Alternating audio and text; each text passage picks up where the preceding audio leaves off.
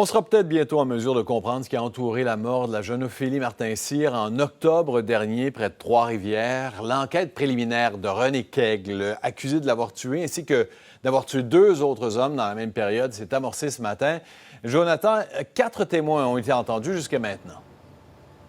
Et ce sont tous, Richard, des experts qui ont collaboré à l'enquête policière, des experts en balistique, des chimistes, une pathologiste également qui a réalisé l'autopsie sur le corps d'Ophélie Martin-Cyr. La journée avait commencé un peu plus tôt avec le témoignage d'une technicienne en scène de crime de la Sûreté du Québec qui est venue raconter le travail policier dans la journée du 10 octobre 2018. C'est le matin où a été découvert le corps d'Ophélie Martin-Cyr dans un champ du chemin de la Grande Rivière-Nord à Yamachiche. Elle a décrit les lieux, à raconter les éléments de preuve qui ont été trouvés à cet endroit. Mais évidemment, comme dans chaque enquête préliminaire, le tout est frappé d'une ordonnance de non-publication. Tout ça a un but, c'est de protéger la preuve en vue de l'éventuel procès. Toutefois, ce qu'on peut vous dire, Richard, c'est qu'il y a 10 témoins qui vont être entendus au cours de la semaine, dont Francis Martel. Lui, c'est le présumé complice de René Kegle et que demain, on va entendre ici au Palais de justice de Trois-Rivières le récit de la jeune femme dont on vous a déjà parlé, qui a dû sauter à bord d'une voiture en marche pour sauver sa propre vie et envers qui René Kegle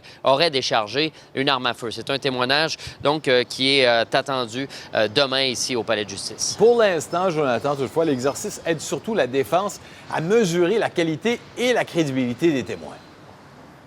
Parce que l'avocat de la défense n'a jamais contesté le renvoi de ce dossier-là à un procès. Ce que ça veut dire, donc, c'est que cette enquête préliminaire-là, qui va durer toute la semaine, sert à apprécier donc la qualité de la preuve et surtout à mesurer la crédibilité des témoins. Et là, est-ce qu'on aura droit à un coup de théâtre à la fin de la semaine devant une preuve qui serait béton, à un plaidoyer de culpabilité, ou encore René Kegle va donner rendez-vous à tous ces gens finalement pour un procès dans quelques mois? C'est ce qu'on saura. Chose certaine, lui, il est demeuré impassible tout au long de la journée dans le box des accusés, fixait le sol. On l'a vu soupirer à quelques reprises, mais sans plus. Vous vous souvenez peut-être qu'il avait été battu en prison il y a 2 semaines avec des boîtes de conserve. Il ne portait aucune trace au visage aujourd'hui. On n'a pas vu rien de physique et son état était manifestement satisfaisant parce qu'il était là aujourd'hui.